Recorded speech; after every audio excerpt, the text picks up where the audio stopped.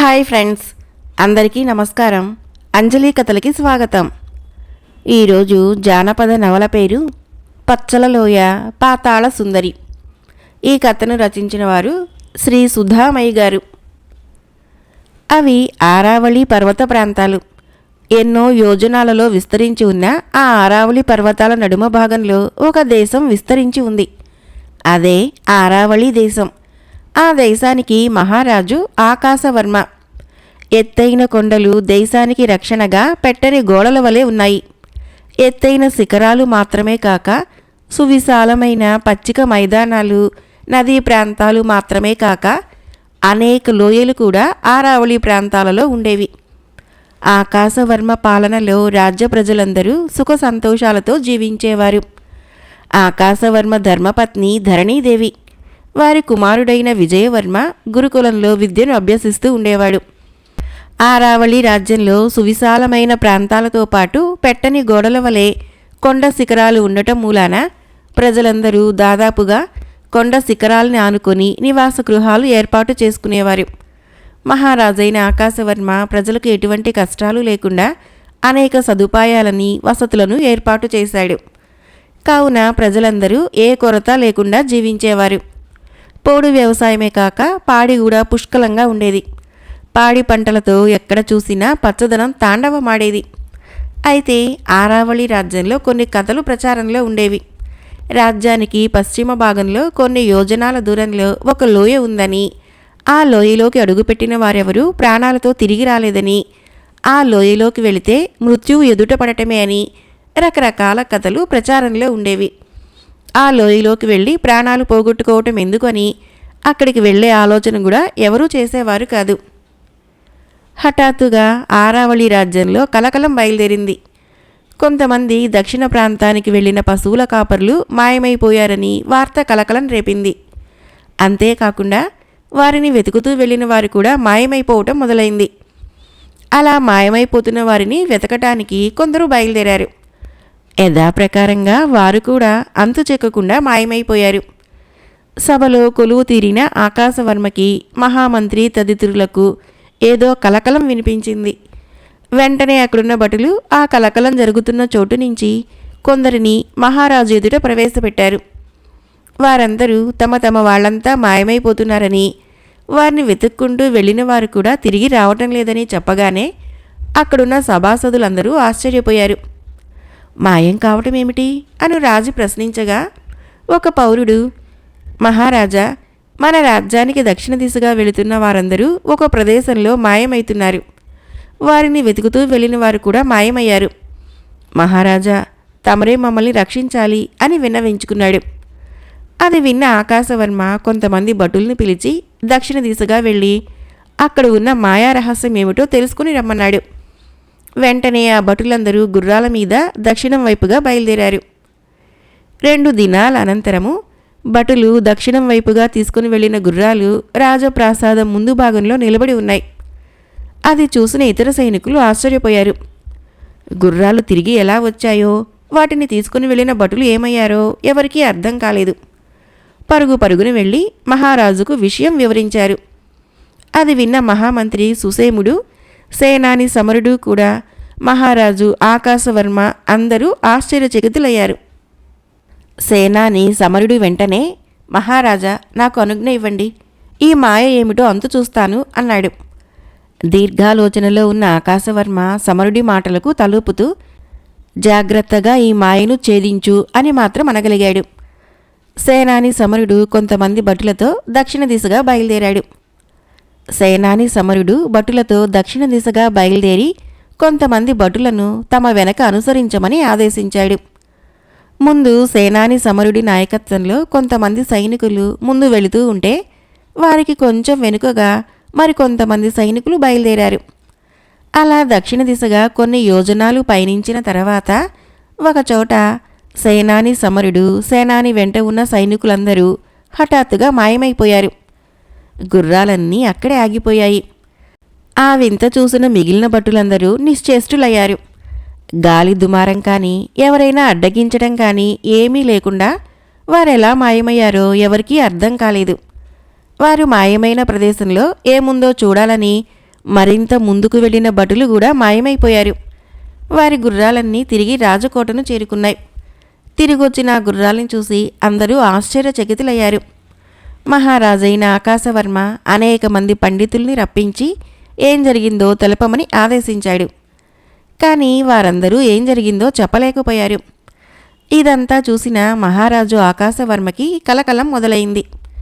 ఇలా అందరూ మాయమైపోతుంటే రాజ్యంలో అల్లకల్లోల పరిస్థితులు ఏర్పడతాయని భావించి ఆ మాయను స్వయంగా తానే ఛేదించడానికి సిద్ధమయ్యాడు.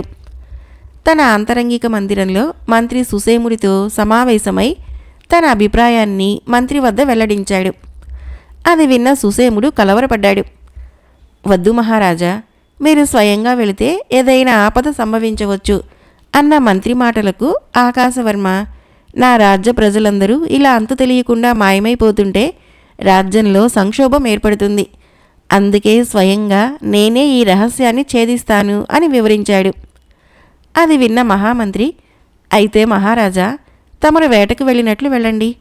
మీరు వెళ్ళటము గుప్తంగా ఉంచటం మంచిది అన్న మంత్రి మాటలకు అంగీకార సూచకంగా తలుపుతూ మహారాజు అక్కడి నుంచి వెళ్ళిపోయాడు. మహారాజు గారు ఒంటరిగా వేటకు వెళ్ళాలనుకుంటున్నారు. వేగిరం సర్వం సిద్ధం చేయండి అన్న మంత్రి ఆదేశం మేరకు సైనికులు తమ తమ పనులలో సమాయత్తమయ్యారు. ఆకాశవర్మ మంత్రి సుసేముడితో తాను తిరిగి వచ్చే వరకు అప్రమత్తంగా ఉండమని హెచ్చరించి ఒంటరిగా తన పంచకళ్యాణి గుర్రం మీద దక్షిణ దిశకేసి బయలుదేరాడు. మహామంత్రి సుసేముడు ఏం జరుగుతుందో చూడాలని మహారాజుకు తెలియకుండా అనుసరించడం ప్రారంభించాడు. అల్లంత దూరంలో ఆకాశవర్మ తన గుర్రాన్ని దూకిస్తుంటే మంత్రి తన గుర్రాన్ని మెల్లగా నడిపిస్తూ వెళుతున్నాడు. ఆకాశవర్మ తన కనుచూపు మేరలో ఉండేటట్లు చూసుకుంటూ అనుసరించటం ప్రారంభించాడు. అలా చాలా దూరం పయనించాక పరుగులు తీస్తున్న పంచకళ్యాణి మీద ఉన్న మహారాజు ఆకాశవర్మ హఠాత్తుగా మాయమైపోయాడు. అది చూసిన సుసేముడు నిరుతుడయ్యాడు. అప్రమత్తమై తన గుర్రాన్ని అక్కడే ఆపేసి క్రిందకు దిగి చుట్టూ కలయి చూశాడు. అక్కడ అనుమానాస్పదంగా ఏమీ కనిపించలేదు. చెట్లు, పుట్టలు, గుట్టలు వేటి స్థానంలో అవి యథాతథంగా ఉన్నాయి.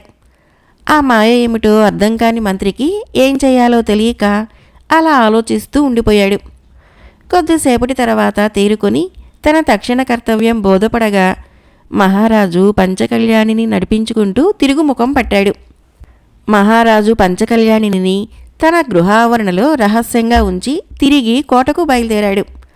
అందరినీ సమావేశపరిచి మహారాజు ఆకాశవర్మ హఠాత్తుగా తీవ్ర అస్వస్థతకు గురయ్యారని, వారిని ప్రత్యేక మందిరంలో ఉంచి రాజవైద్యులు ధన్వంతరి బిషక్కుల వారు వైద్యాన్ని ఆరంభించారని, మహారాజు కోలుకునే వరకు ఎవరి పనులలో వారు అప్రమత్తంగా ఉండాలని అందరినీ హెచ్చరించి సమావేశం ముగించిన మంత్రి సుసేముడు యువరాజు విజయవర్మను కలిసేందుకు బ్రహ్మజ్ఞాన మహర్షి ఆశ్రమానికి వెళ్ళటానికి ఉద్యుక్తుడయ్యాడు.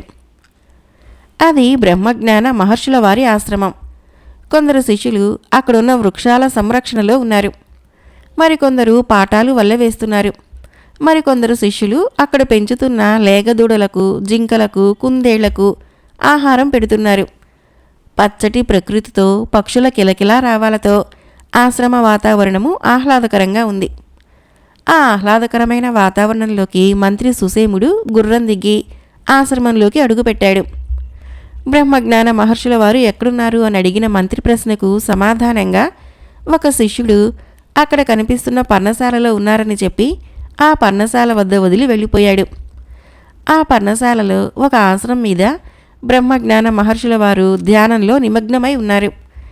ధ్యానభంగం కలిగించకూడదని మంత్రి అక్కడే వేచి ఉన్నాడు. కొద్దిసేపయ్యాక కళ్ళు తెరిచి మహామంత్రిని చూసిన బ్రహ్మజ్ఞాన మహర్షుల వారు, మహారాజు ఆకాశవర్మ అదృశ్యమైనందున యువరాజు విజయవర్మ కోసం వచ్చావా నాయనా అని అడుగగా అది విని సుసేముడు ఆశ్చర్యపోయాడు. మహాత్మా, మీకు సర్వమూ తెలుసు. దయచేసి మహారాజు ఎక్కడున్నాడో చెప్పమని ప్రాధేయపూర్వకంగా అడుగగా, నాయనా, ఇదంతా మాంత్రిక మాయ. దీనిని ఛేదించగలవాడు యువరాజైన విజయవర్మ మాత్రమే అని చెప్పి విజయవర్మను తీసుకుని రమ్మని కొందరు శిష్యులను పంపించాడు. సకల కళలలో, విద్యలలో ఆరితేరిన యువరాజు విజయవర్మ కత్తిసాములో జరిగే పోటీలను వీక్షిస్తున్నాడు. గురువుగారి వద్ద నుంచి వచ్చిన శిష్యులు విజయవర్మకు మహామంత్రి రాకను వివరించారు. అది విన్న విజయవర్మ అనుకోని మంత్రి రాకకు కారణాలు ఊహిస్తూ పర్ణశాలకు బయలుదేరాడు. పర్ణశాలలో గురువుగారికి నమస్కరించి, మంత్రిగారు అంతా కుశలమే కదా అని అడిగిన ప్రశ్నకు మహామంత్రి మారు మాట్లాడక మిన్నకుండిపోయాడు. అప్పుడు మహర్షుల వారు జరిగిందంతా విజయవర్మకు వివరించగా విజయవర్మ వదనంలో ఆందోళన పొడసూపడం మొదలైంది. అనంతరము మహామంత్రి సుసేముడు విజయవర్మను సింహాసనం అధిష్ఠించవలసిందిగా కోరాడు. అది విన్న విజయవర్మ, మంత్రిగారు, ఇప్పుడు నేను రాజ్యానికి రావటం లేదు. దక్షిణ దిశగా వెళ్ళి ఆ మాయ సంగతి తెలుసుకొని మాయమైన వారందరినీ తీసుకుని వస్తాను అన్నాడు. అప్పుడు సుసేముడు ఆందోళనగా, వద్దు యువరాజా, మీరు కూడా ఆ ప్రాంతాలలో మాయం కావడం జరిగితే మా అందరి పరిస్థితి ఏమిటి అని అడిగాడు. విజయవర్మ ఏదో అనుబోయేటంతటిలో మహర్షుల వారు, నాయనా, ఈ మాయను ఛేదించగల సామర్థ్యము విజయవర్మకు మాత్రమే ఉంది అని చెప్పాడు. మంత్రిగారు, మీరు నిశ్చింతగా రాజ్యానికి వెళ్ళి రాచకార్యాలు సక్రమంగా జరిగేటట్లు చూసుకోండి.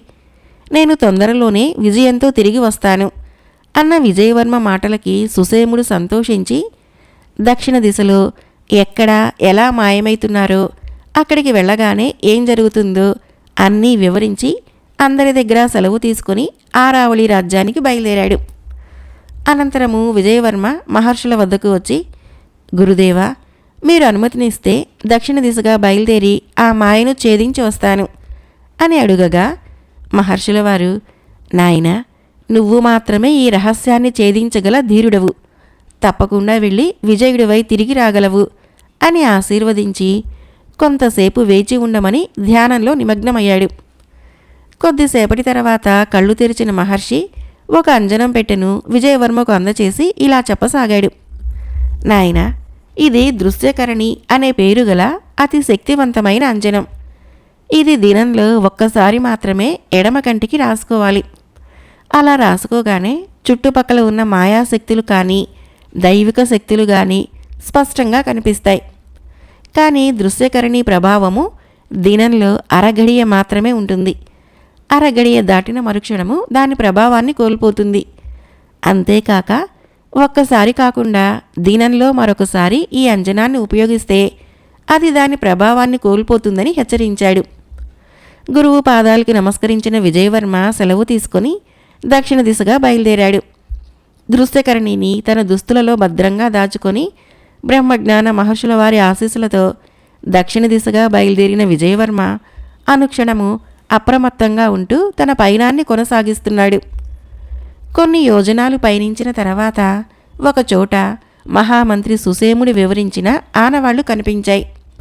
వాటిని దాటి ముందుకు వెళితే మాయం అవటం తప్పదు అని అనుకున్న విజయవర్మ అక్కడే ఆగిపోయి చుట్టుపక్కల పరిశీలించసాగాడు.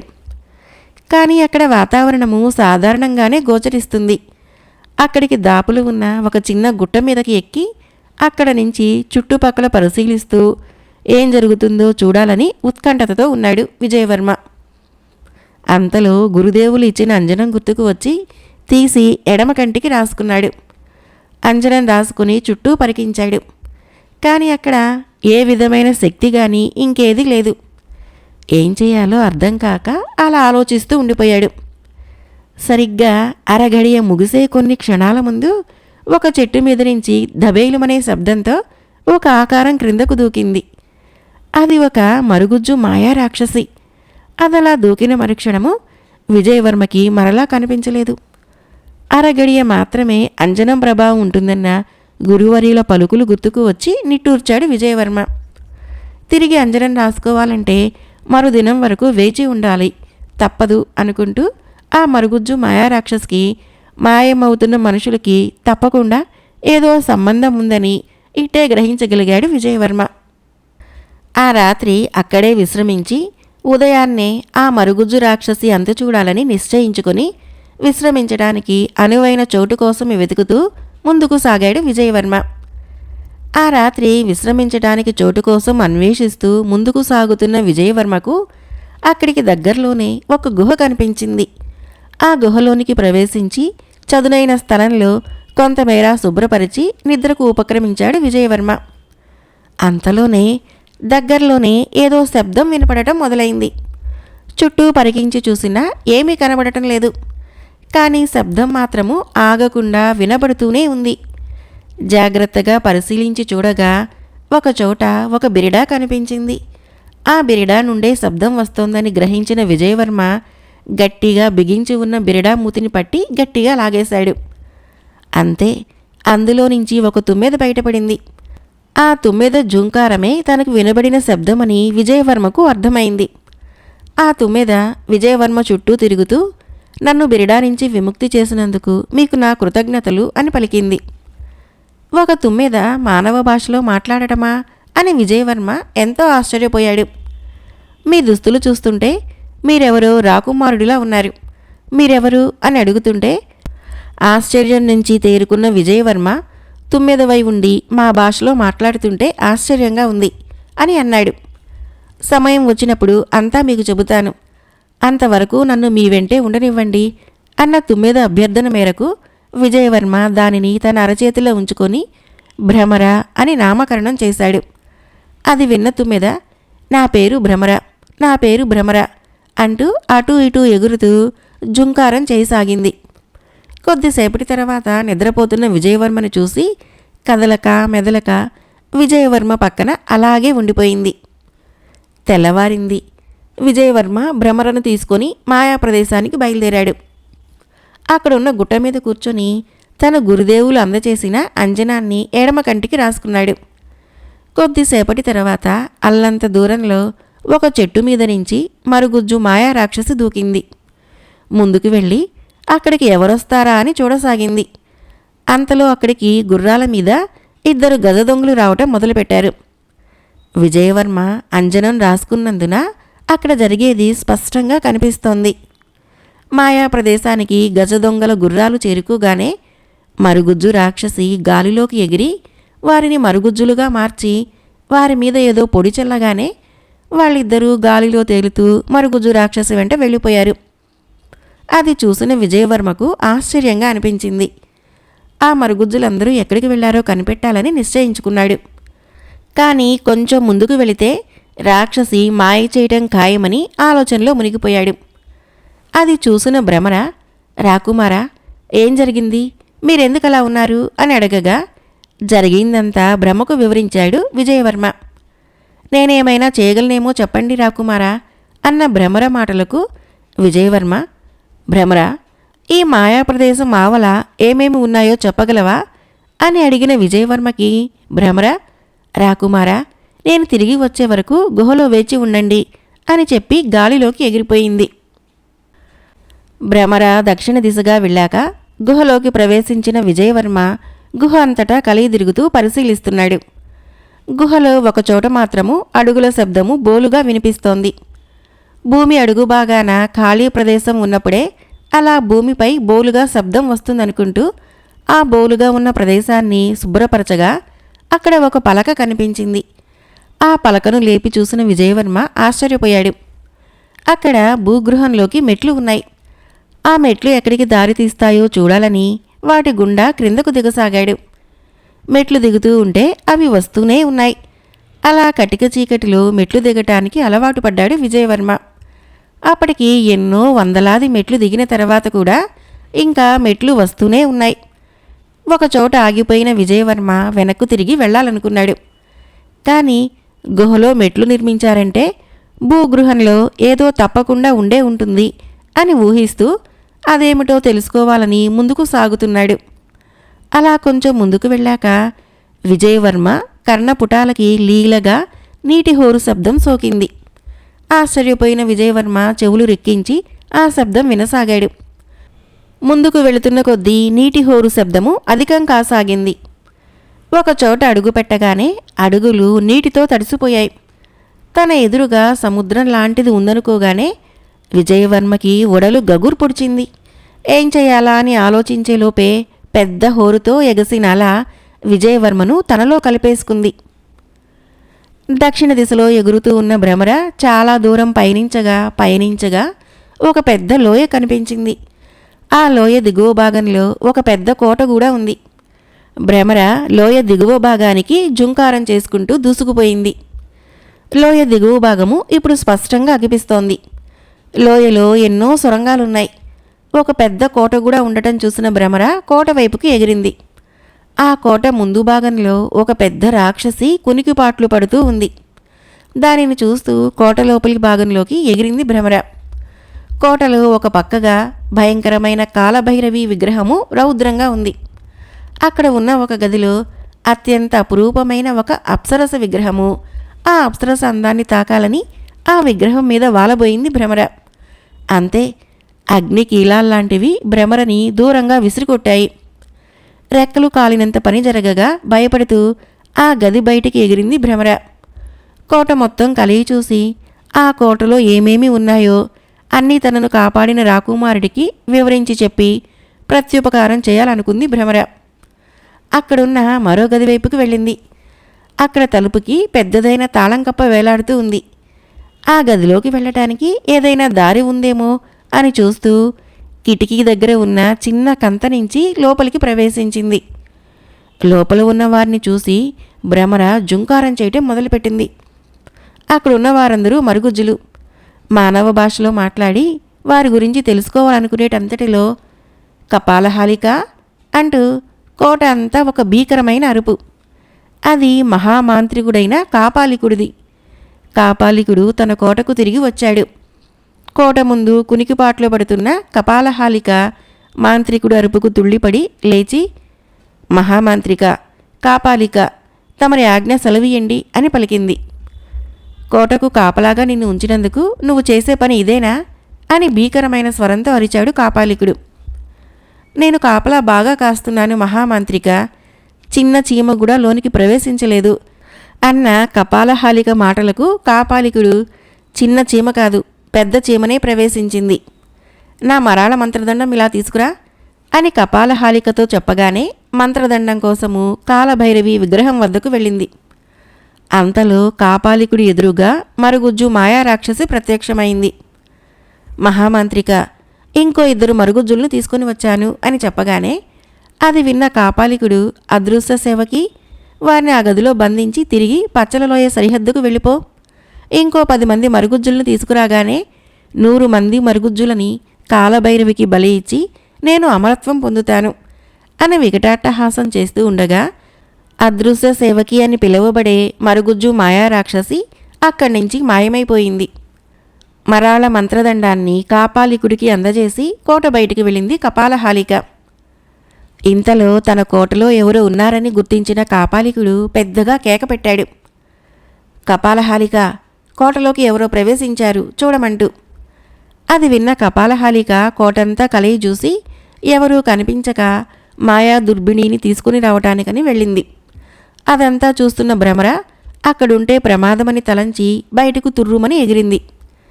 కపాలహాలిక మాయా దుర్బిణి తీసుకుని వచ్చేలోపే కోట దాటిపోయింది. జరిగిందంతా రాకుమారుడికి చెప్పాలని శరవేగంగా పచ్చలలోయ సరిహద్దుల వైపుకు ఎగరసాగింది భ్రమర. అలా లోపలికి లాగేసుకోగానే కొద్దిసేపటి తర్వాత తేరుకొని నీటిపైకి వచ్చాడు. చుట్టూ విశాలమైన కొండలతో ప్రకృతి వాతావరణం నెలకొని ఉంది. కానీ ఆ ప్రాంతము తమ రాజ్యపు పరిసరాలలో ప్రాంతం కాదని అర్థమైంది. తీరం వైపు ఈదటం మొదలుపెట్టిన విజయవర్మకు తన పాదాన్ని ఎవరో లాగినట్లు అనిపించసాగింది. పాదాన్ని బలంగా విదిలించుకొని ముందుకు వెళ్లాలని ప్రయత్నిస్తోన్న విజయవర్మను నీటిలోకి లాగటం మొదలైంది.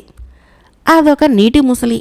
అది నీటిలో దానికున్న స్థానబలంతో నిజంగా బలంగానే విజయవర్మను లోపలికి లాగేసింది.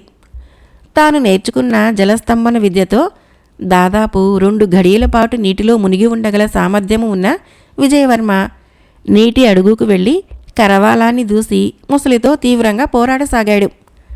ఎట్టకేలకు ముసలిని సంహరించి నీటిపైకి రాగానే అక్కడ ఒక దివ్య పురుషుడు ప్రత్యక్షమయ్యాడు. అది చూసిన విజయవర్మ ఆశ్చర్యపోయి ఆ దివ్య పురుషుడికి నమస్కరించాడు. అప్పుడు ఆ దివ్య పురుషుడు విజయవర్మతో, రాకుమారా, నేనొక యక్షుడిని. శాపవశాత్తు ఇలా ముసలి రూపంలో ఉన్నాను. నువ్వే నాకు శాప విమోచనం కలిగించావు అని అన్నాడు. దివ్యపురుష, ఇది ఏ ప్రాంతము అని అడుగగా, రాకుమారా, నీవు పాతాళ లోకానికి చెరువులో ఉన్నావని చెప్పిన దివ్యపురుషుడి మాటలకి విజయవర్మ ఆశ్చర్యంగా చూశాడు. రాకుమారా, నువ్విక్కడికి ఎలా ఎందుకు చేరుకున్నావో అంటూ చేతులను గాలిలో ఆడించాడు దివ్యపురుషుడు.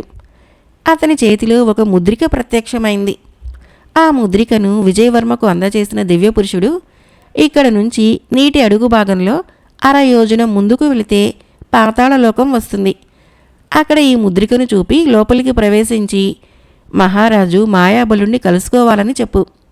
తదుపరి కర్తవ్యము నీకు బోధపడుతుందని వివరించి దివ్యపురుషుడు మాయమయ్యాడు. ముద్రికను తన దుస్తులలో భద్రపరుచుకొని నీటి అడుగుకు వెళ్ళిన విజయవర్మ పాతాళ ప్రపంచం వైపుగా వెళ్ళసాగాడు. అలా ఎంతో దూరం వెళ్ళిన తర్వాత సముద్రం అడుగున ఒక అందమైన ప్రపంచము విజయవర్మకు ఆహ్వానం పలికింది.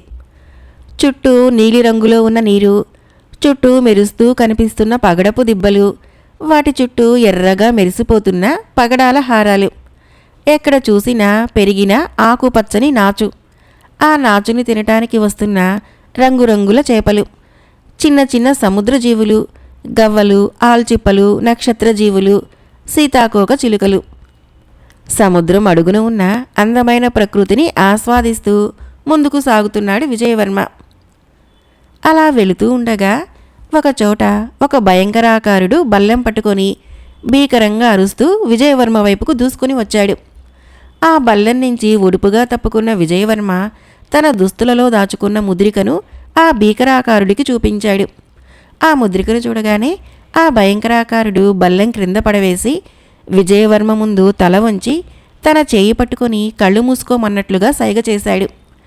ఆ ముద్రికను దాచుకొని భయంకరాకారుడి చేయి పట్టుకొని కళ్ళు మూసుకున్నాడు విజయవర్మ. గాలిలో తేలిపోతున్నట్టు, నీటి హోరులో నడుస్తున్నట్టు అనుభూతి చెందాడు. భయంకరాకారుడు పట్టుకున్న తన చేతిని వదిలేసినట్టు అనుభూతి చెంది కళ్ళు తెరిచాడు విజయవర్మ. అక్కడ భయంకరాకారుడు లేడు. అలా ముందుకు నడుస్తూ అక్కడున్న కోటలని, భవనాలని పరిశీలిస్తూ ముందుకు సాగుతున్నాడు విజయవర్మ. అక్కడ అనుకోకుండా ప్రత్యక్షమైన ఒక మాయావిని చూసి అతని దగ్గరికి వెళ్ళి ముందు జాగ్రత్తగా తన దగ్గర ఉన్న ముద్రికను చూపించి ఇది ఏ లోకము అని అడిగాడు. ఆ మాయావి ముద్రికను చూసి ప్రసన్నవదనంతో ఇది పాతాళలోకము అని చెప్పి మాయమైపోయాడు. ఆ పాతాళలోకంలో విషయ భోగాలకి, ఐశ్వర్య సుఖాలకి ఆటపట్టు అయిన ఉద్యానవనాలు, విహార భూములు ఎన్నో ఉన్నాయి. బలవంతులు, మాయావులు అయిన పాతాళలోకవాసులు తమ మాయాబలంతో ఎన్నో అందమైన కోటలు, అద్భుతమైన భవనాలు ఎంతో సుందరంగా నిర్మించుకున్నారు. అవన్నీ చూస్తూ వెళ్ళసాగాడు విజయవర్మ. ఓషధులు, రసాయన పదార్థాలు, అన్న పానీయాలు, రసాలు, స్నానాదికాలు మొదలుగునవి అవసరం లేని పాతాళలోక వాసులతో అప్రమత్తంగా మెలగటము అవసరము అనుకుంటూ వెళుతున్న విజయవర్మకు ఒకచోట చెక్కబడిన శిలాశాసనం ఆకర్షించింది. వెంటనే ఆ శిలాశాసనం వద్దకు వెళ్ళి ఆ శాసనాన్ని పరిశీలించసాగాడు విజయవర్మ. ఆ శాసనంలో ఇలా చెక్కబడి ఉంది: 7 లోకాలలో చివరి లోకమైన పాతాళలోకానికి స్వాగతం. 7 లోకాలలో 6 లోకాల గురించి ఈ శిలాశాసనంలో విశదీకరించబడి ఉంది. అతలలోకం, క్రింది లోకాలలో మొదటిదైన అతలము ఎంతో మనోహరమైనది. ఇక్కడ దానవుడి కుమారుడైన బలుడు నివసిస్తుంటాడు. అన్ని కోర్కెలను తీర్చగల 96 మాయలను బలుడు సృష్టించాడు. బలుడు ఆవలిస్తే అందమైన స్త్రీలు అతలలోకంలో అవతరిస్తుంటారు. వితలలోకం, మహాశివుడి మరో రూపమైన ఆటకేశ్వరుడి పేరుతో ఇక్కడ ఆటకీ నది ప్రవహిస్తూ ఉంటుంది. గాలి సహాయంతో అగ్నిదేవుడు ఆ నదిలోని నీటిని తాగుతుంటాడు. అలా నీరు తాగిన అనంతరము అగ్నిదేవుడి నోటి నుంచి బంగారం వెలువడుతుంది. ఈ బంగారాన్ని అక్కడున్న దైత్యులు అత్యంత ఇష్టంగా ఆబగా దోచుకుంటుంటారు. సుతల లోకం, అత్యంత శ్రేష్టమైన ఈ లోకంలో బలిచక్రవర్తి నివసిస్తుంటాడు. వామనుడి 3వ అడుగు బలిచక్రవర్తి మీద మోపగానే సుతల లోకానికి వచ్చాడు. బలి దగ్గర ఉన్నంత సంపద దేవేంద్రుడి వద్ద కూడా ఉండదని ప్రతీతి. తలాతల లోకం, ఈశ్వరుని అనుగ్రహం పొందిన రాక్షసరాజైన మయుడి నివాసం. మహాతలలోకం, అనేక శిరస్సులు కలిగిన నాగుల ఆవాసం. ఈ లోకంలో కుహకుడు, తక్షకుడు, సుసేనుడు, కాళీయుడు లాంటి ప్రధానమైన నాగులు ఉంటారు. రసాతల లోకం, రాక్షసుల లోకం. ఫణిదానవులు, నివాతకవచులు, కాలేయులు అనబడే రాక్షసులు నివసిస్తుంటారు. వీరందరూ దేవతలకు పరమశత్రువులు. పాతాళ లోకం. మహాశంకుడు, శంఖచూడు, కంబలుడు, అశ్వతరుడు మొదలైన గొప్పవారైన నాగరాజులు నివసిస్తుంటారు. చీకటి కుహరంలో మునిగి ఉండే పాతాళలోకము ఆ నాగరాజుల శిరస్సుల మీద ఉండే అద్భుతమైన నాగమణుల వెలుగులో ప్రకాశవంతంగా వెలిగిపోతూ ఉంటుంది. శాసనం చదివిన అనంతరము ముందుకు సాగాడు విజయవర్మ. అల్లంత దూరాన ఒక పెద్ద అందమైన కోట అగుపించింది. అది అన్ని కోటల కంటే విభిన్నంగా అందంగా అగుపిస్తోంది. బహుశా అది పాతాళలోక అధిపతి కోట అయి ఉంటుందని ఊహించాడు విజయవర్మ. ఆ కోటకి బలవంతులైన సగం మనిషి రూపంలో, సగం సరీసృప రూపంలో ఉన్నవారు కాపలాగా ఉన్నారు. వారికి తన దగ్గర ఉన్న ముద్రిక చూపగానే విజయవర్మను అక్కడే ఆగమని సైగ చేసి వారు లోపలికి పరిగెత్తారు. కొద్దిసేపటి తర్వాత మహారాజైన మాయాబలుడు తన పరివారంతో బయటికి వచ్చి విజయవర్మకు స్వాగతం పలికాడు.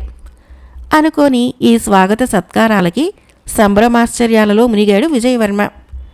మానవవీర, పాతాళలోకం మొత్తము నీకు ఆహ్వానం పలుకుతోంది, రమ్మంటూ మాయాబలుడు తన ఆంతరంగిక మందిరంలోకి విజయవర్మను తీసుకుని వెళ్ళాడు. పచ్చలలోయ సరిహద్దులు దాటిన భ్రమర తొందరగా గుహను చేరుకోవాలని వేగంగా ఎగరసాగింది. కానీ విజయవర్మ పాతాళలోకానికి మెట్లు దిగిన ఆ గుహ పెద్ద గాలివాన దుమారంతో పెద్ద పెద్ద వృక్షాలు నేలకూలి ఆ గుహ కప్పబడిపోయింది. కప్పబడిపోయిన ఆ గుహని భ్రమర గుర్తించలేకపోయింది. ఆ దాపులనే ఎగురుతూ ఎన్నోసార్లు ఆ గుహను కనిపెట్టాలని ప్రయత్నించింది. కానీ గుహ అనుపానులు ఏమాత్రమూ అగుపించటం లేదు.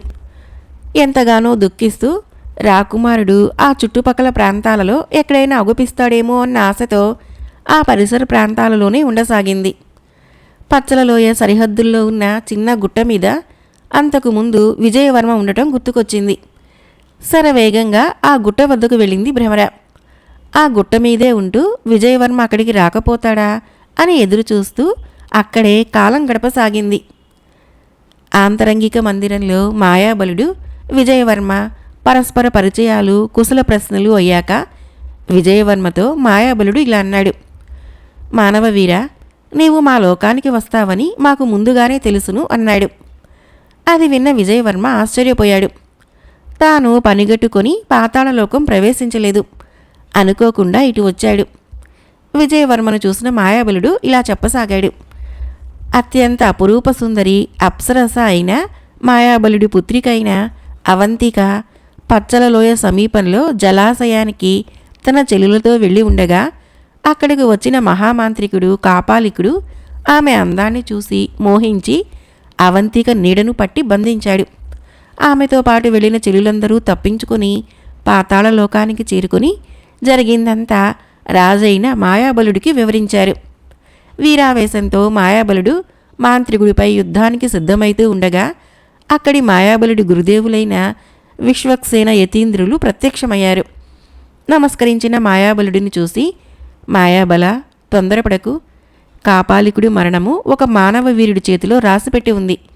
కావున నీవు 108 అష్టదళ పద్మాలతో పాతాళ భైరవిని 108 రోజులు పూజించు.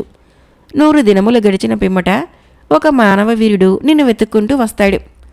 అతని ద్వారా నీ పని సాధించుకో అని చెప్పి మాయమయ్యాడు. అప్పటి నుంచి మాయాబలుడు 108 అష్టదళ పద్మాలతో పాతాళ భైరవిని పూజిస్తూ ఉన్నాడు. సరిగ్గా 100వ దినాన విజయవర్మ అక్కడికి చేరుకున్నాడు. ఇంకా 8 దినాలు పాతాళ భైరవిని పూజిస్తే పాతాళ భైరవి ప్రత్యక్షమై కర్తవ్యం బోధిస్తుంది. కనుక ఆ 8 దినాలు అక్కడే ఉండి తమ ఆతిథ్యం స్వీకరించమని కోరాడు మాయాబలుడు. మాయాబలుడి మాటలను అంగీకరించి అక్కడే ఉండిపోయాడు విజయవర్మ. 7 దినములు పాతాళలోకంలో ఉన్న విజయవర్మ 7 మాయా విద్యలను నేర్చుకున్నాడు. 8వ రోజు రాజైన మాయాబలుడు, విజయవర్మ ఇద్దరూ కలిసి పాతాళ భైరవిని పూజించే ప్రదేశానికి చేరుకున్నారు. అష్టదళ పద్మాలతో పాతాళ భైరవిని పూజించడానికి ఆ రోజు ఆఖరి రోజు. పూజ అనంతరము పాతాళ భైరవి ప్రత్యక్షమైంది. సాష్టాంగపడిన మాయాబలుణ్ణి చూసి, నీ కుమార్తె అవంతికను ఈ రాకుమారుడు మాత్రమే రక్షించగలడు. తదనంతరము ఈ రాకుమారుడితోనే వివాహం జరిపించమని ఆశీర్వదించింది. అనంతరము విజయవర్మను ఆశీర్వదించి కాపాలికుడి ప్రాణరహస్యాన్ని చెవిలో రహస్యంగా బోధించి పాతాళ భైరవి అదృశ్యమైపోయింది. అనంతరము మాయాబలుడు విజయవర్మతో, నా కుమార్తె అవంతిక పచ్చలలోయలోని కాపాలికుడి కోటలో బందీగా ఉందని, తన కుమార్తెను రక్షించి తీసుకుని రావలసిందిగా విజయవర్మను కోరాడు. మాయాబలుడి కోరికను మన్నించిన విజయవర్మ ఆ క్షణమే పచ్చలలోయకు బయలుదేరతానని అన్నాడు. ఆ మాటలకి మాయాబలుడు అడ్డంగా తలూపుతూ, మానవవీరా, నీవు పచ్చలలోయ వెళ్ళటానికి తగిన ఏర్పాట్లు నేనే చేస్తాను. కానీ రేపు ఉదయం బయలుదేరటానికి అనువైన సమయం, అప్పటి వరకు వేచి ఉండమని చెప్పి అక్కడి నుంచి వెళ్ళిపోయాడు మాయాబలుడు. తన విశ్రాంతి గృహానికి చేరుకున్న విజయవర్మకు అప్పుడు భ్రమర పచ్చలలోయ వైపు వెళ్ళటం గుర్తుకు వచ్చింది. భ్రమర ఎక్కడుందో ఎలాగైనా వెతికి పట్టుకోవాలనుకుంటూ నిద్రకు ఉపక్రమించాడు విజయవర్మ. రాజైన మాయాబలుడు పాతాళలోకము పచ్చలలోయకు విజయవర్మ వెళ్ళటానికి అన్ని ఏర్పాట్లు గావించాడు. మాయాబలుడి వద్ద సెలవు తీసుకుని విజయవర్మ భూలోకానికి పయనమయ్యాడు. విజయవర్మ తన కోసం ఏర్పాటు చేసిన రథాన్ని అలా చూస్తూ ఉండిపోయాడు. ఆ రథము ఎంతో సుందరంగా అగిపిస్తోంది. ఆ రథానికి ఇరువైపులా పొదిగిన కెంపులు ఎర్రగా మెరిసిపోతున్నాయి. అక్కడక్కడ పొదిగిన మణులు, మాణిక్యాలు, రవ్వలు, తళుకులతో తళతళమంటున్నాయి. రథానికి అమర్చిన ఛత్రం నిండి మేలిమి ముత్యాలతో కూర్చిన హారాలు వేలాడుతున్నాయి. రథం అంతటా అందమైన పనితనం ఉన్న నగిషి చెక్కబడి ఉంది. రథంలో చుక్కలతో నక్షత్రాలతో కూర్చిన పక్కపరిచి ఉంది. ఆ రథాన్ని పాతాళలోక వాసులైన సరీసృపాలు లాగుతున్నాయి. రథాన్ని అధిరోహించే ముందు అక్కడికి వచ్చిన మాయాబలుడికి నమస్కరించాడు విజయవర్మ. విజయవర్మను ఆశీర్వదిస్తూ తన కరవాలాన్ని అందజేశాడు మాయాబలుడు. కొంత సరంజామా ఉన్న తోలు సంచిని కూడా అందచేసిన మాయాబలుడి వద్ద వీడ్కోలు తీసుకొని బయలుదేరాడు విజయవర్మ. సరీసృపాలు రథాన్ని లాగుతూ ఉండగా చుక్కల పక్క మీద ఆసీనుడైన విజయవర్మకు ఆ లోకాలన్నీ చూస్తూ వెళ్లాలనిపించింది. విజయవర్మ కోరిక మేరకు సరీసృపాలు రథాన్ని మెల్లిగా లాగుతూ తీసుకొని వెళ్ళటం మొదలుపెట్టాయి. రథాన్ని సరీసృపాలు లాక్కొని వెళుతూ ఉండగా విజయవర్మ చుట్టూ పరికిస్తున్నాడు. రథము నెమ్మదిగా రాక్షసుల లోకమైన రసాతలానికి ప్రవేశించింది. అక్కడ అనేక మంది రాక్షసులు మదిర తాగుతూ కనిపిస్తున్నారు. ఒక పక్కగా మద్యంతో నిండిన అనేక బాణల దొంతరలు పేర్చబడి ఉన్నాయి. ఆ బాణలని అలాగే ఎత్తి తాగి పారబోస్తూ తూలుతున్నారు. వారందరినీ చూస్తూ ఉండగా రథము మహాతల లోకంలోకి ప్రవేశించింది. అక్కడ అనేక మంది నాగులు నాట్యం ఆడుతున్నారు. వారి శిరస్సులపై ఉన్న నాగమణులు వింత కాంతులతో మెరిసిపోతూ ఆ మెరుపులు ఎంతో దూరము ప్రసరిస్తూ పరావర్తనం చెందుతున్నాయి. మహాతలం దాటిన రథము తలాతలంలోకి ప్రవేశించింది. అక్కడ రాక్షసరాజైన మయుడు సభలో కొలువుతీరి ఉండగా అనేక మంది నాగకన్యకలు నాట్యం చేస్తుండగా సంగీతము మోహం గొలుపుతూ ఉన్నది. వారి నాట్యాన్ని కనులారా తిలకిస్తూ ఉండగా రథము సుతల లోకంలోకి ప్రవేశించింది. అక్కడ బలిచక్రవర్తి రాజ్యము అనంతమైన సంపదతో శోభిల్లుతోంది. అడుగడుగున అద్వితీయమైన సంపదతో అలరారుతున్న సుతలాన్ని దాటిపోయింది రథం. అనంతరము వితలలోకంలోకి ప్రవేశించి ఆటకీ నది పక్కగా రథం నడవసాగింది. అక్కడ అగ్నిదేవుడి నోటి నుంచి వెలువడిన బంగారపు కణికలు రాసులుగా పోసి ఉన్నాయి. విజయవర్మ రథం నుండే చేయి బయటికి పెట్టి కొంత బంగారాన్ని అందుకున్నాడు. శ్రేష్టమైన ఆ బంగారాన్ని స్వీకరించగానే విజయవర్మ వదనంలో కొత్త కాంతులు ప్రసరించాయి. చివరి లోకమైన అతల లోకానికి రథం ప్రవేశించింది. అక్కడ బలుడు సృజించిన ఎన్నో మాయలు చిత్ర విచిత్రమైన ఆకారాలని సంతరించుకున్నాయి. అంతేకాక బలుడి ఆవలింతల నుంచి అవతరించిన అందమైన స్త్రీలు అక్కడ నాట్యమాడుతున్నారు. మరికొందరు నఖచిత్రాలని చిక్కుతున్నారు. మరికొందరు పూమాలలు అల్లుకుంటూ వాటి సువాసనతో మైమరిచిపోతున్నారు. వారందరినీ చూస్తూ ఉండగా భూలోకంలోకి ప్రవేశించింది రథం. రెప్పపాటు క్షణంలో పచ్చలలోయ సరిహద్దుల వద్ద ఉన్నాడు విజయవర్మ. మాయాబలుడు అందచేసిన తోలు సంచిని, బంగారాన్ని రథం దిగిన విజయవర్మకు అందచేసి సరీసృపాలు రథంతో సహా అక్కడి నుంచి మాయమైపోయాయి. 2 అడుగులు ముందుకు వేయగానే ఎక్కడి నుంచో జుంకారం చేసుకుంటూ వచ్చిన భ్రమర విజయవర్మ మీద వాలింది. చిత్రంగా అదొక మానవ పరిష్వంగంలాగానే అనిపించింది విజయవర్మకి. యథాప్రకారము చిన్న గుట్ట మీద కూర్చొని ఉన్న విజయవర్మతో ఆగకుండా జరిగిన విషయాలన్నీ చెప్పడం మొదలుపెట్టింది భ్రమర. మాంత్రికుడి కోటలో ప్రవేశించడము, తిరిగి రావటము, గుహ కప్పబడిపోయి ఉండటము అన్నీ చెప్తూ ఉండగా ఒక విషయము విజయవర్మకు గుర్తుకు వచ్చి దుస్తులు తడుముకున్నాడు. గురుదేవులు అందచేసిన దృశ్యకరణి లేదు. బహుశా సముద్రపు అల లోపలికి లాగిన విసురులో పడిపోయి ఉంటుందని విచారించాడు విజయవర్మ. ప్రసన్న వదనంతో ఉన్న గురుదేవులు, నాయనా, చింతించవలదు, దృశ్యకరణి తిరిగి నిన్ను చేరుకుంటుంది అని చెప్పి తన చెవులో చెప్పినట్లే అనిపించింది. పచ్చల లోయలో ప్రవేశించటము ఆలస్యం కాకూడదు అనుకుంటూ విజయవర్మ వెళ్ళటానికి ఉద్యుక్తుడయ్యాడు. నేను కూడా వస్తానని పట్టుబట్టిన భ్రమర కోసము దాపులని ఒక చిన్న అందమైన ఉద్యానవనం సృష్టించాడు విజయవర్మ. ఆ ఉద్యానవనంలో అనేక రంగురంగుల పూలు, పరిమళాలు, వెదజల్లు, అనేక రకాలైన మొక్కలు, కుసుమాలు ఉన్నాయి. వాటి చుట్టూ అనేక తుమ్మెదలు మకరందం కోసము జుంకారం చేస్తున్నాయి. నేను తిరిగి వచ్చే వరకు నువ్వు ఈ ఉద్యానవనం వదిలి బయటికి రాకూడదు అని హెచ్చరించి భ్రమరను అక్కడ వదిలి పచ్చలలోయ వైపుగా ముందుకు సాగిపోయాడు విజయవర్మ. పచ్చలలోయ రాక్షసుడి కోటకు ఎలా వెళ్లాలో ముందుగానే నిర్ణయించుకున్న విధంగా పచ్చలలోయ సరిహద్దుల వైపుకు నడిచాడు విజయవర్మ. యథాప్రకారము అక్కడ అదృశ్య సేవకి అని పిలువబడే మరుగుజ్జు మాయారాక్షసి కాపలాగా ఉంది. విజయవర్మ వెళ్ళగానే పొడి చల్లి మాయం చేసి మరుగుజ్జుగా మార్చి కాపాలికుడి కోటకు తీసుకొని వెళ్ళింది. మరుగుజ్జుగా మారిన తర్వాత స్పృహ తప్పినట్లు నటిస్తూ ఏం జరుగుతుందో చూద్దామని వేచి ఉన్నాడు. కోటకు వెళ్ళగానే మరుగుజ్జు రాక్షసుని చూసి, భళా అదృశ్య సేవకి, నా ఆశయాన్ని నెరవేర్చావు. ఈ రోజుతో 100 మంది పూర్తయినారు. వీళ్ళందరినీ కాలభైరవికి బలి ఇచ్చి నేను అమరత్వాన్ని పొందుతాను. ఇక నాకెప్పటికీ మరణమనేది ఉండదు. పిమ్మట అందాల సుందరి పాతాళ సుందరిని వివాహమాడతాను అంటూ వికటాట్టహాసం చేస్తూ కాపాలికుడు అక్కడి నుంచి వెళ్ళాడు. అదృశ్య సేవకి మరుగుజ్జుగా మారిన విజయవర్మను గదిలో బంధించి వెళ్ళిపోయింది. అంతమంది మరుగుజ్జులలో తన తండ్రి అయిన ఆకాశవర్మను వెతుక్కొని కౌగలించుకొని కన్నీరు పెట్టుకున్నాడు. విజయవర్మను చూసిన ఆకాశవర్మ హృదయము ద్రవించిపోయింది. ఎక్కడో గురుకులంలో విద్యను అభ్యసిస్తున్న తన కుమారుడు ఇక్కడికి ఎలా వచ్చాడో అర్థం కాలేదు. తన తండ్రికి అన్నీ వివరంగా చెప్పి అందర్నీ తాను రక్షించడానికే వచ్చానని చెప్పాడు. అందరూ విజయవర్మ చుట్టూ చేరారు. అందరికీ ధైర్యం చెప్పి తాను మరలా తిరిగి వచ్చే వరకు అందరినీ అప్రమత్తంగా ఉండమని చెప్పి అందరి దగ్గర సెలవు తీసుకుని పాతాళ లోకంలో తను నేర్చుకున్న విద్యతో మరింత చిన్న మరుగుజ్జుగా మారాడు. అంతలో రెక్కలు కూడా మొలిచాయి. ఆ రెక్కలతో బయటికి ఎగిరిపోయి పచ్చల లోయలో కొద్ది దూరంలో వాలాడు. చుట్టుపక్కల పరికించి అక్కడ ఎవరూ లేరని నిర్ధారించుకున్న తర్వాత మనసులో మంత్రం స్మరించగా తిరిగి యథారూపం వచ్చింది విజయవర్మకు. తన నిజరూపంతో అక్కడున్న సొరంగాలని అన్వేషించడం మొదలుపెట్టాడు.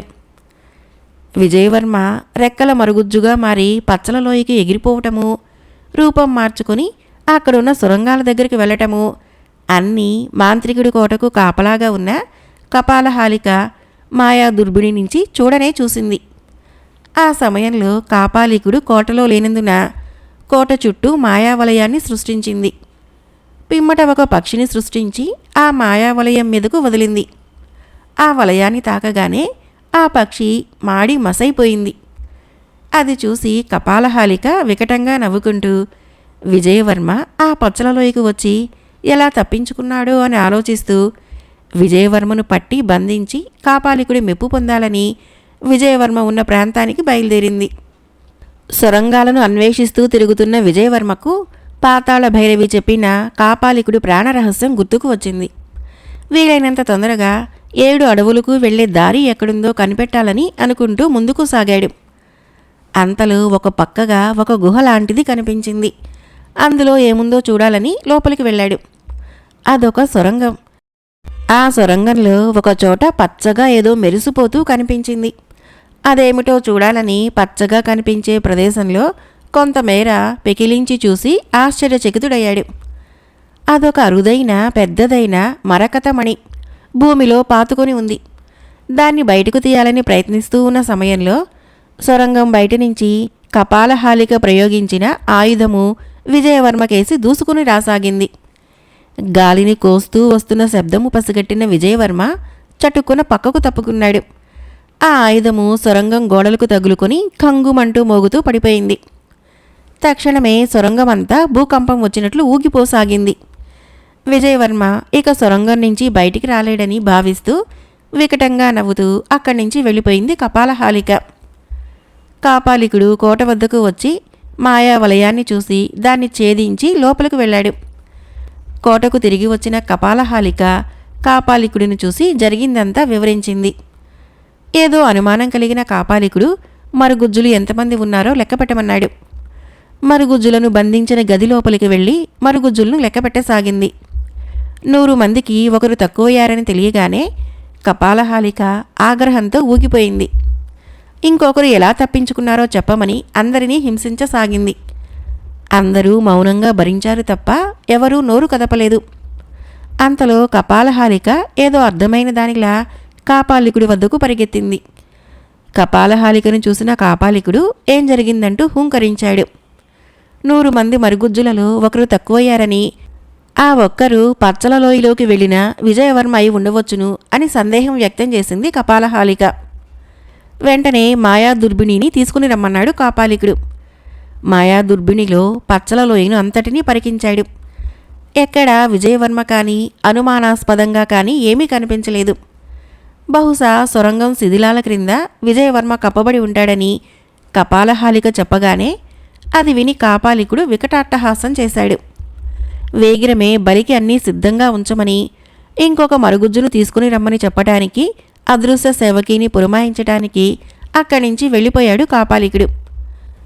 సొరంగము ఊగిపోవటం మొదలుపెట్టగానే అందులో ఉన్న విజయవర్మ బయటకు రావాలని ప్రయత్నించాడు.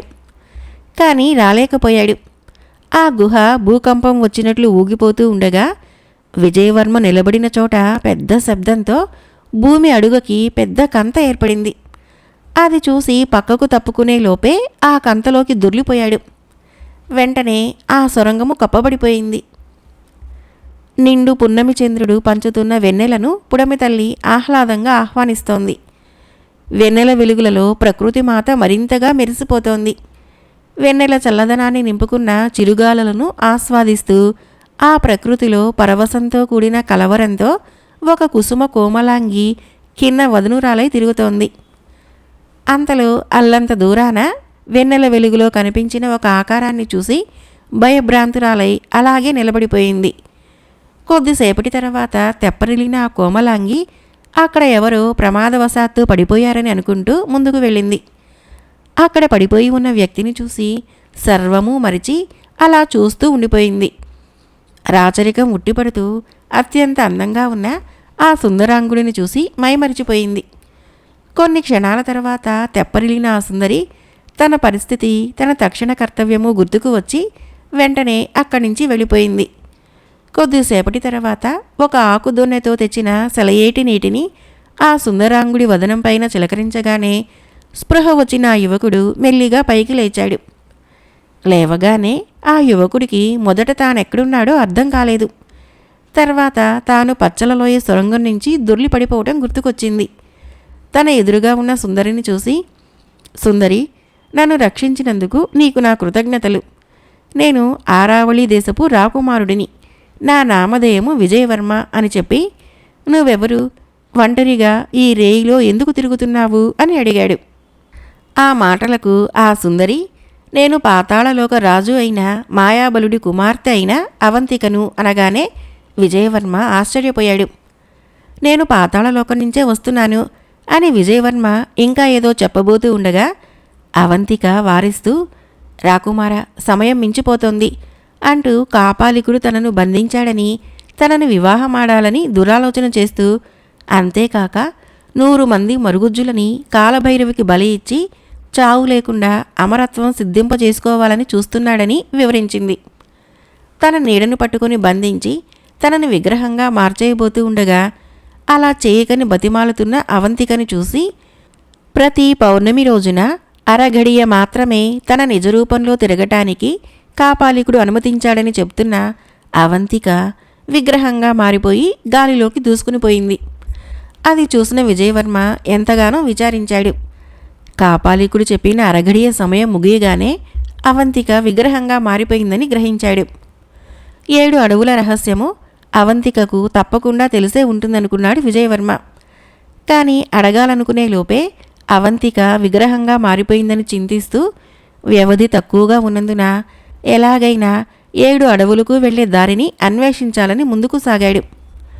ఇలా చూడగానే అలా తన మనసులో ముద్రించుకుపోయిన అవంతిక రూపాన్ని తలుచుకుంటూ అవంతికను వేగిరమే కాపాలికుడు బారి నుంచి రక్షించాలని దృఢంగా నిశ్చయించుకొని ఆ వెన్నెల రాత్రిలో ముందుకు సాగిపోతున్నాడు. అలా వెళుతున్న విజయవర్మకు అల్లంత దూరాన ఒక ఆలయం కనిపించింది. ఆ ఆలయం చెంతకు వెళ్ళి గర్భగుడిలో కొలువైన పరమశివుడికి భక్తిగా నమస్కరించి ఆ ఆలయంలో ఒక పక్కగా ఆసీనుడై తక్షణ కర్తవ్యం గూర్చి ఆలోచించసాగాడు. అవంతిక తన ఆలోచనలను చెదరగొడుతూ కన్నుల ఎదుట సాక్షాత్కరించసాగింది. అంతలో ఆలయంలో మోగుతున్న గంటల శబ్దం వినిపించసాగింది. అది చూసి ఆశ్చర్యపోయాడు విజయవర్మ. అక్కడికి ఆ సమయంలో తాను తప్ప ఎవరూ ప్రవేశించలేదు. మరి గంటల శబ్దం ఎలా వచ్చిందా అనుకుంటూ ముందుకు వెళ్ళి చూసి నిశ్చేష్టుడై అలాగే నిలబడి చూస్తూ ఉండిపోయాడు. అక్కడ ఒక ఋషిపుంగవుడు పరమశివుడి ఎదుట పూజలో ఉన్నాడు. దండము గాలిలో తేలుతూ గంటలు కొడుతోంది. ఆ ఋషిపుంగవుడి పూజ పూర్తయ్యే వరకు విజయవర్మ అక్కడే వేచి ఉన్నాడు. పూజ పూర్తి చేసుకుని వెళ్ళిపోతున్న ఋషిపుంగవుడిని చూసి విజయవర్మ నమస్కరించాడు. విజయవర్మను చూసిన ఋషిపుంగవుడి వదనము ప్రసన్నంగా మారింది. ఏదో చెప్పబోయిన విజయవర్మను వారిస్తూ 7 అడవులకు వెళ్లే దారి వెతుకుతున్నావు. కానీ ఆ 7 అడవులు మాయారూపంలో ఉంటాయి. వాటి లోపలికి ప్రవేశించాలంటే బహు దుర్లభం. వెనక్కి మరలటము ఉత్తమమని హెచ్చరించాడు. అప్పుడు విజయవర్మ, ఋషిపుంగవ, వెనక్కి మరలటం అనేది నాకు తగని పని. నేను ఎలాగైనా 7 అడవుల్లోకి ప్రవేశించాలి. కాపాలికుణ్ణి అంతం చేయాలి అని దృఢంగా పలికాడు విజయవర్మ. నిన్ను పరీక్షించడానికి అలా అన్నాను రాకుమారా. ఇక్కడి నుంచి 10,000 గజాలు ముందుకు వెళ్ళి అక్కడి నుంచి ఎడమవైపు దక్షిణ దిశగా వెళితే అక్కడ ఒక ప్రదేశంలో మాయామెట్లు ఉంటాయి. కానీ అవి ఎవరికీ కనిపించవు. ఆ మాయామెట్లు ఎక్కి అవతల వైపుకు దిగి ముందుకు 1 యోజనం నడిస్తే మొదటి అడవి మొదలవుతుంది. కానీ ఆ అడవులు ఆ ప్రాంతమంతా బహు దుర్లభమైన మాయావి ఆధీనంలో ఉంటుంది. ఏమాత్రము ఏమరుపాటుగా ఉన్నా కూడా నీకు ముప్పు కలుగుతుంది అని హెచ్చరించి మాయమైపోయాడు. మరలా పరమశివుడికి నమస్కరించి అక్కడి నుంచి 10,000 గజాల దూరము కాలినడకన బయలుదేరాడు విజయవర్మ. ఋషిపుంగవుడు చెప్పిన ప్రకారము మాయామెట్లు ఉన్న ప్రదేశానికి చేరుకున్నాడు విజయవర్మ. కానీ అక్కడ మాయామెట్లు కనిపించడం లేదు. ఆ మాయను ఛేదించాలంటే వెంటనే తన గురుదేవులైన బ్రహ్మజ్ఞాన మహర్షుల వారిని స్మరించాడు. తక్షణమే విజయవర్మ చేతుల్లోకి దృశ్యకరణి ప్రత్యక్షమైంది. వెంటనే ఆ అంజనాన్ని తన ఎడమ కంటికి రాసుకున్నాడు. ఎదురుగా మాయామెట్లు కనిపించాయి. వెంటనే విజయవర్మ ఆ మాయామెట్ల వద్దకు చేరుకుని మొదటి మెట్టు ఎక్కగానే అంతలో అక్కడ పెద్ద గాలి దుమారం మొదలైంది. గాలి రాకాసురుడు అనే భయంకర రాక్షసుడు తన నోటితో గాలిని ఊదసాగాడు. ఆ గాలి దాటికి పెద్ద పెద్ద వృక్షాలు పెకిలించబడి గాలిలో కొట్టుకుపోసాగాయి. వెంటనే విజయవర్మ పాతాళలోకంలో నేర్చుకున్న విద్యను ఉపయోగించి అతి కాయుడుగా మారిపోయి గాలి దుమారాన్ని తట్టుకుని అక్కడే నిలబడిపోయాడు. అది చూసిన గాలి రాకాసురుడు విజయవర్మ మీద మాత్రమే గాలిని ఊదసాగాడు. ఆ గాలి దాటికి తట్టుకోలేక విజయవర్మ ఉక్కిరిబిక్కిరి అయిపోసాగాడు. వెంటనే వాయుస్తంభన విద్యను ప్రయోగించి తన శ్వాసని అరగడియ పాటు స్తంభింపజేశాడు విజయవర్మ. వెంటనే ఆ గాలి దుమారము వెనుదిరిగి గాలి రాకాసురుణ్ణి చుట్టుముట్టింది. ఆ గాలి దాటికి రాకాసురుడు ఆకాశంలోకి కొట్టుకుపోతూ చివరికి కనుమరుగైపోయాడు. అది చూసిన విజయవర్మ వేగిరమే మాయామెట్లు దిగి అవతలి వైపుకు చేరుకున్నాడు. అక్కడ నుంచి 1 యోజన దూరం నడిస్తే కానీ మొదటి అడవిని చేరుకోలేననుకుంటూ తన కరవాలాన్ని తీసి పట్టుకుని అప్రమత్తుడై ముందుకు సాగుతున్నాడు. అంతలో అల్లంత దూరాన మాయా సమ్మోహితులను చేసే అందమైన నవ్వు వినిపించసాగింది. విజయవర్మ ముందుకు వెళుతున్న కొద్దీ ఆ నవ్వు మరింత దగ్గరగా వినిపించసాగింది. ఒక అందమైన యువతి సమ్మోహనంగా నవ్వుతూ విజయవర్మని దూరం నుంచే కవ్వించసాగింది. విజయవర్మకి మనసు వశం తప్పుతోంది. కానీ తన కర్తవ్యాన్ని గుర్తుంచుకున్నవాడై ముందుకు సాగుతున్నాడు. ముందుకు సాగుతున్న కొద్దీ ఆ నవ్వు మరింత దగ్గర కాసాగింది. విజయవర్మకు ఆ నవ్వుతున్న సుందర్ని చూడాలని, అక్కడికి వెళ్ళాలని బలంగా అనిపించసాగింది. కానీ పక్కలకు కూడా చూడకుండా తన కర్తవ్యాన్ని స్మరించుకుంటూ ముందుకు సాగాడు.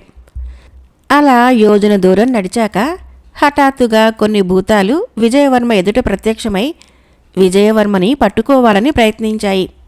వెంటనే మాయాబలుడు తనకు అందజేసిన తోలు సంచి నుంచి ఒక చూర్ణం తీసి తన అరచేతిలో ఉంచుకొని ఆ భూతాల వైపు ఊదాడు. వెంటనే అవన్నీ కీచుగా అరుస్తూ మాయమైపోయాయి. అలా ముందుకు సాగిపోతున్న విజయవర్మకు అడవి ప్రాంతం అగుపించింది. అది మాయా అడవి కానీ గురుదేవులు అందజేసిన దృశ్యకరణి ఎడమ కంటికి రాసుకున్నందున ఆ అడవి తనకు కనిపిస్తోందని అర్థమైంది విజయవర్మకు. అంజన ప్రభావం పోక మునిపే అడవిలోకి అడుగుపెట్టాలని నిశ్చయించుకొని వేగంగా వెళ్ళి మొదటి అడవిలోకి అడుగుపెట్టాడు విజయవర్మ. మహామాంత్రికుడు కాపాలికుడి ప్రాణాలు 7 అడవులు దాటిన తర్వాత ఒక చెట్టు తొర్రలో ఉన్న 7 రెక్కల పావురంలో ఉన్నాయి. ఒక్కొక్క అడవిలో ఎదురయ్యే మాయా జంతుజాలాన్ని ఎదుర్కొంటే తప్ప ఆ అడవిని దాటలేరు.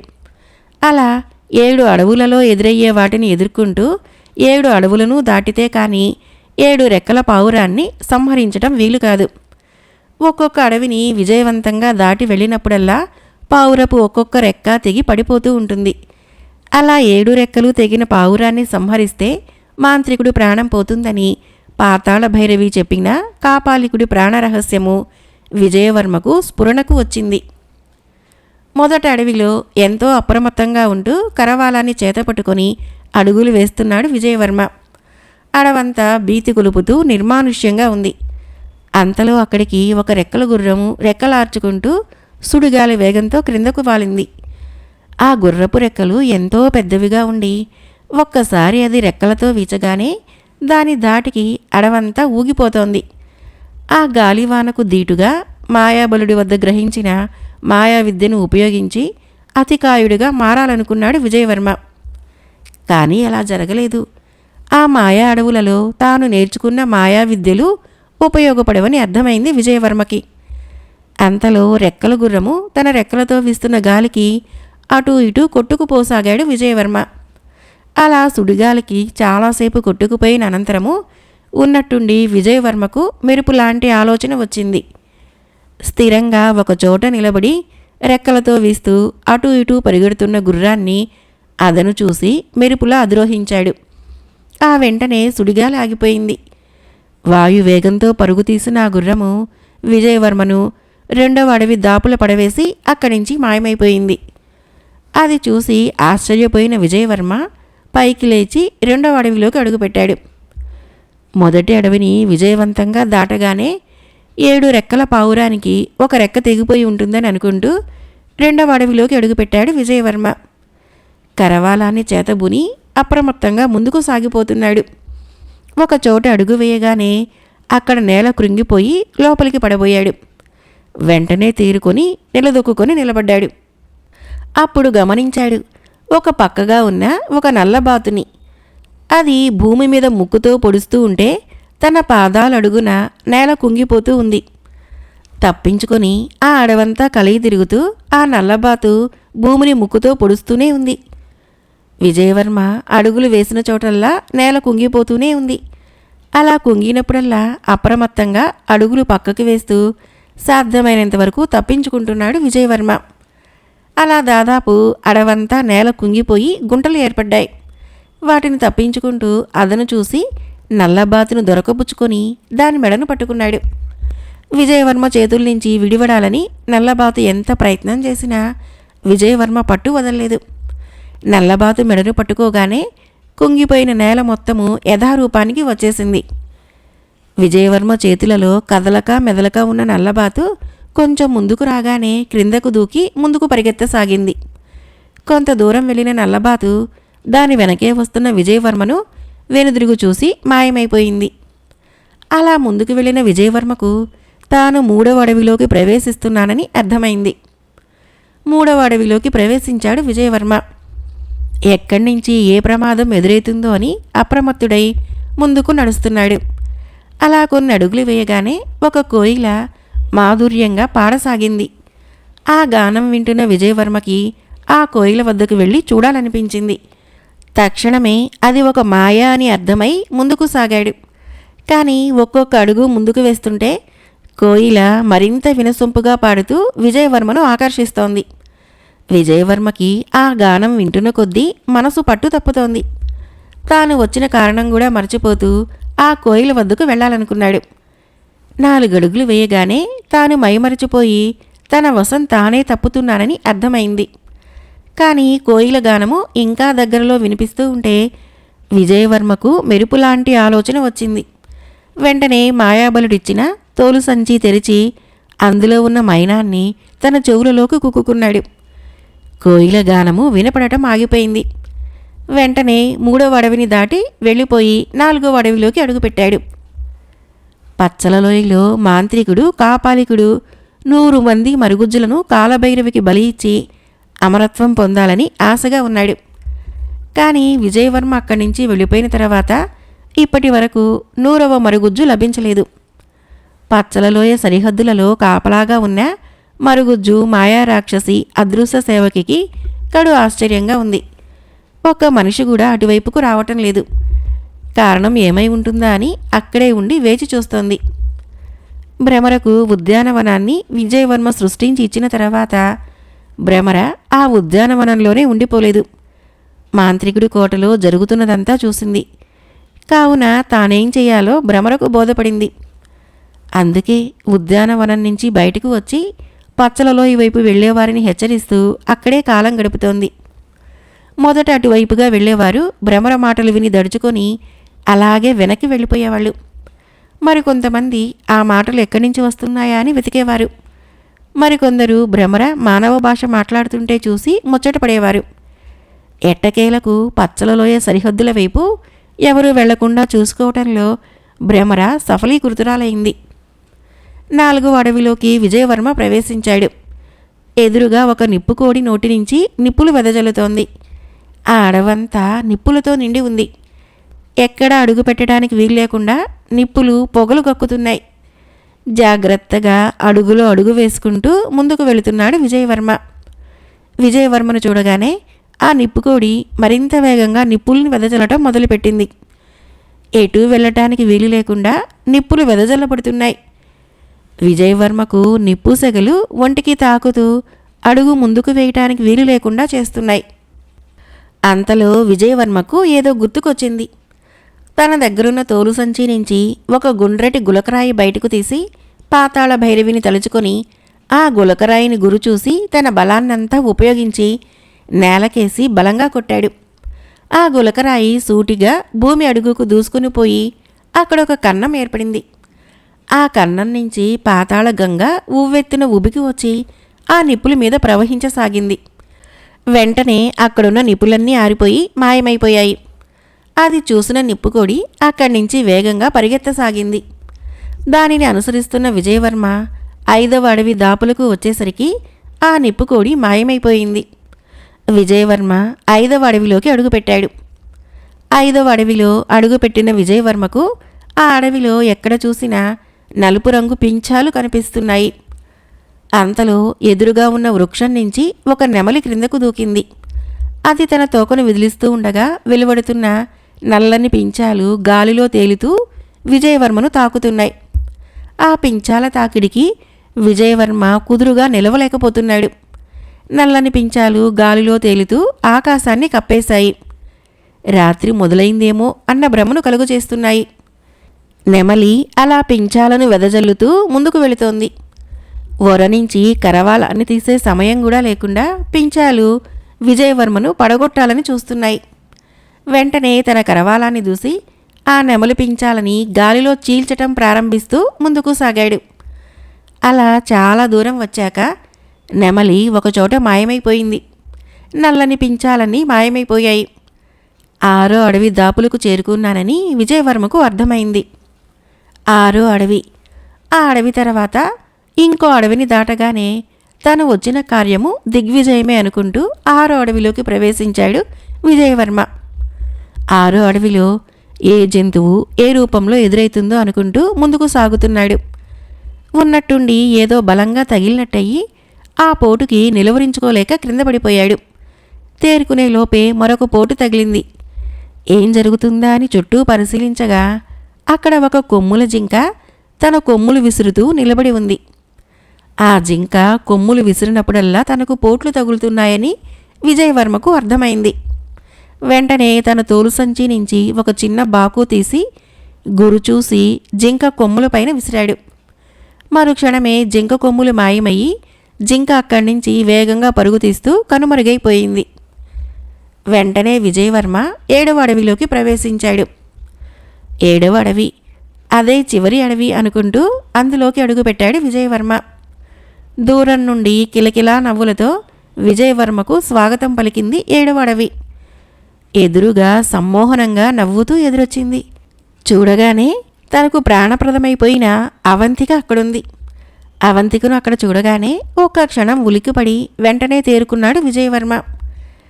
అవంతిక ఏదో చెప్పబోయేలోపో అవంతిక పైన కత్తి దూశాడు విజయవర్మ.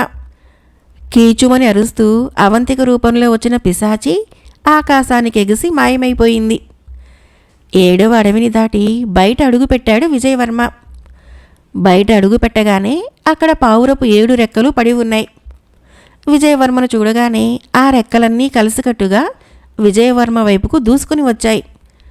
మాయాబలుడు అందచేసిన తన కరవాలాన్ని దూసి ఆ 7 రెక్కలని ఒక్కసారే నేల కూల్చాడు విజయవర్మ.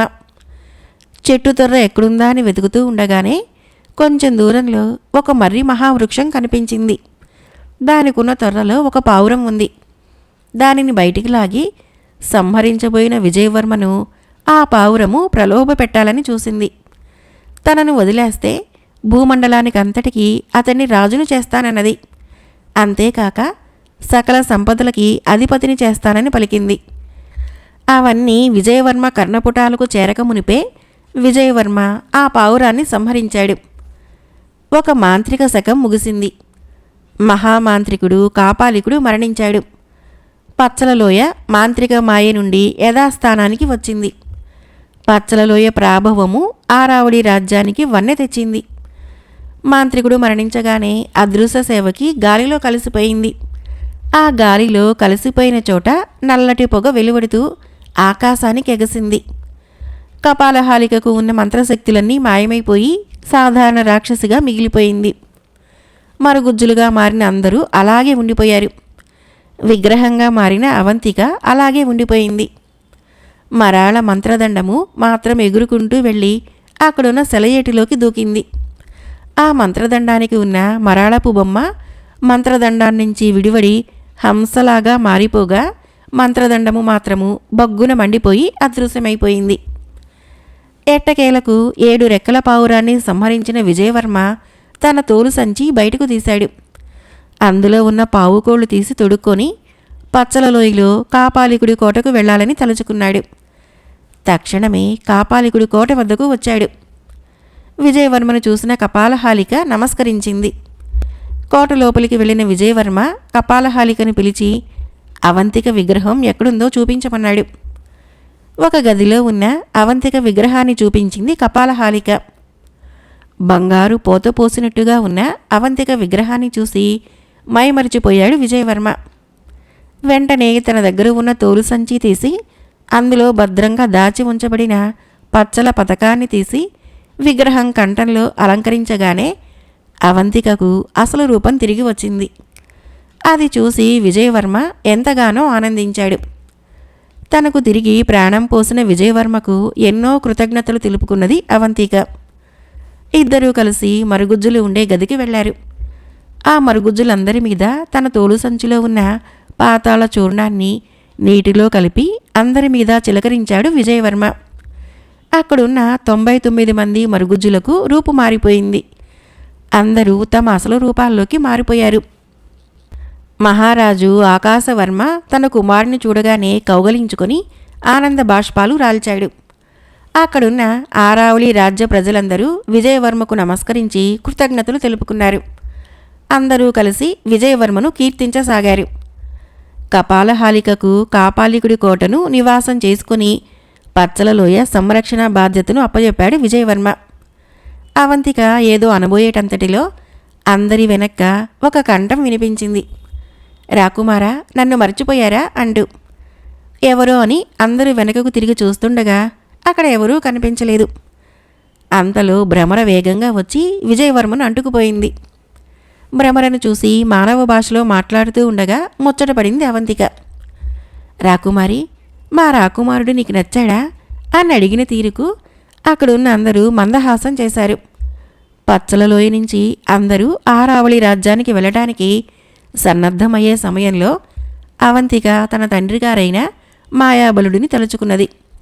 క్షణాలలో అక్కడ ఉన్న నేల చీలి కావటం మొదలుపెట్టింది. అది చూసి అక్కడున్న జనులందరూ క్షణకాలం పాటు భయభ్రాంతులయ్యారు. వెంటనే నగిషీలు చెక్కి పగడాలు కెంపులు పొదిగిన రథము భూమి నుంచి పైకి లేచింది. ఆ రథాన్ని సరీసృపాలు లాగుతున్నాయి. ఆ రథం నుండి మాయాబలుడు క్రిందకు దిగి విజయవర్మకు అభివాదం చేశాడు. అవంతిక తన తండ్రిని చూడగానే ఆనంద బాష్పాలు రాల్చింది. తన కుమార్తెను మాంత్రికుడు బారి నుంచి రక్షించి తిరిగి తనకు అప్పజెప్పినందుకు విజయవర్మకు మనసారా కృతజ్ఞతలు తెలిపాడు మాయాబలుడు. అక్కడే ఉన్న ఆకాశవర్మని మాయాబలుడికి పరిచయం చేశాడు విజయవర్మ. అంతలో భ్రమర ఎగురుతూ అక్కడికి వచ్చి మాయాబలుడిని చూసి పాతాళరాజుకి ప్రణామములు అని పలికింది. భ్రమరను చూసి మాయాబలుడు ఏదో మంత్రం పఠించి చేతిలో ప్రత్యక్షమైన భస్మాన్ని భ్రమర మీద చల్లాడు. వెంటనే భ్రమర ఒక యువకుడిగా మారిపోయాడు. తనను ఆశ్చర్యంగా చూస్తున్న అందరినీ చూసి ఇలా చెప్పసాగాడు. ఆ యువకుడు పాతాళలోకవాసి అయిన శుశ్రుడు. అవంతిక నీడను పట్టి అవంతికను బంధించి తీసుకుని పోతున్న కాపాలికుడిని ఎదిరించగా కాపాలికుడు తనను తుమ్మెదగా మార్చేశాడు. తుమ్మెదగా మారిన కాపాలికుడిని వదలకుండా వెంటాడుతూ ఉంటే ఒక బెరిడాలో బంధించి ఆ బెరిడాను ఎంతో దూరం విసిరేశాడు. ఆ బెరిడా మూతి తెరిచి తుమ్మెదను బయటికి తీశాడు విజయవర్మ. శుశ్రుడు విజయవర్మకు కృతజ్ఞతలు తెలుపగా విజయవర్మ మిత్రుల మధ్య కృతజ్ఞతలు ఏల మిత్రమా అని పలికాడు. అనంతరము ఆకాశవర్మ కోరిన మీదట మాయాబలుడు అవంతికతో కలిసి ఆరావళి రాజ్యానికి బయలుదేరాడు. ఆరావళి రాజ్యానికి మహారాజు ఆకాశవర్మ, విజయవర్మ, సేనాని సమరుడు, మిగిలిన అనుచరులు, ఆరావళి పురజనులు అందరూ కలిసి రావటం చూసిన మహారాణి ధరణీదేవి, మంత్రి సుసేముడు, మిగిలిన అందరూ ఎంతగానో సంతోషించారు. అవంతికను కోడలుగా ధరణీదేవికి పరిచయం చేశాడు విజయవర్మ. అనంతరము మాయాబలుడు అవంతిక పాతాళలోకానికి బయలుదేరారు. 2 రోజుల అనంతరము పాతాళలోకం నుంచి ఆరావళి రాజ్యానికి పగడాల పందిరి వేయబడింది. పాతాళలోకవాసులు ఆరావళి రాజ్య ప్రజలతో కలిసిపోయి విజయవర్మ అవంతికల వివాహ వేడుకలలో అత్యుత్సాహంగా పాల్గొన్నారు. పాతాళలోకంలో ఆకాశాన్నంటే పందిరి క్రింద విజయవర్మ అవంతికల పరిణయ వేడుక అట్టహాసంగా జరిగింది. అతల వితల సుతల తలాతల మహాతల రసాతల లోకాల వాసులు, ప్రముఖులు, ఆరావళి రాజ్య ప్రజలు అందరూ వివాహ వేడుకకు హాజరయ్యారు.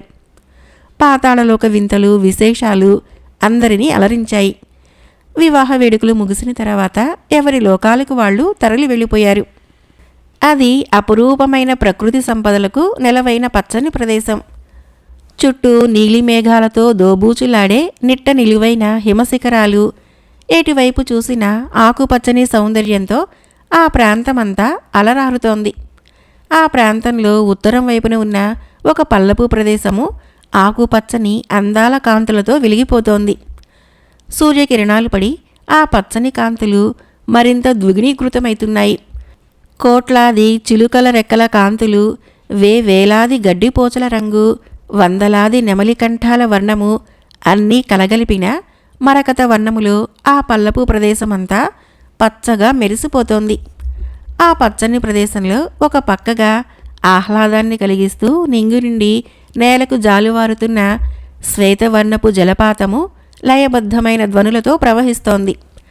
అవన్నీ అబ్బురంగా చూస్తున్న ఒక అందాల సుందరి తన చెలికత్తెలతో కలిసి ఆ జలపాతం వద్దకు ఏతెంచింది.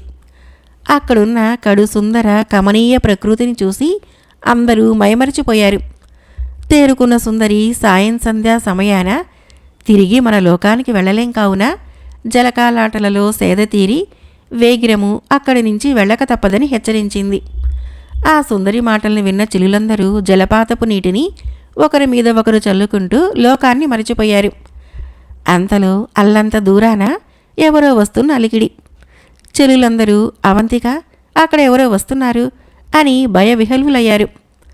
అవంతిక ముందుకు చూసి కిలకిలా నవ్వుతూ, వస్తున్నది నా నీడను పట్టుకుని బంధించే మాంత్రికుడు కాదు, జీవితాంతము నీడలా నా వెన్నంటి ఉండే నా ప్రాణసకుడు విజయవర్మ అని చెప్పగానే చెలులందరూ ఆనందంగా నవ్వుతూ అక్కడి నుంచి పాతాళలోకానికి విజయవర్మ అవంతికలు ఆరావళి కోటకు బయలుదేరారు. శ్రీ సుధామయ్య గారు రచించిన పచ్చలలోయ పాతాళ సుందరి జానపద నవల సమాప్తం. ఫ్రెండ్స్, నా కథలు నచ్చినట్లయితే మన ఛానల్ని తప్పకుండా సబ్స్క్రైబ్ చేయండి, లైక్ చేయండి, షేర్ చేయండి, కామెంట్ చేయండి. Thank you.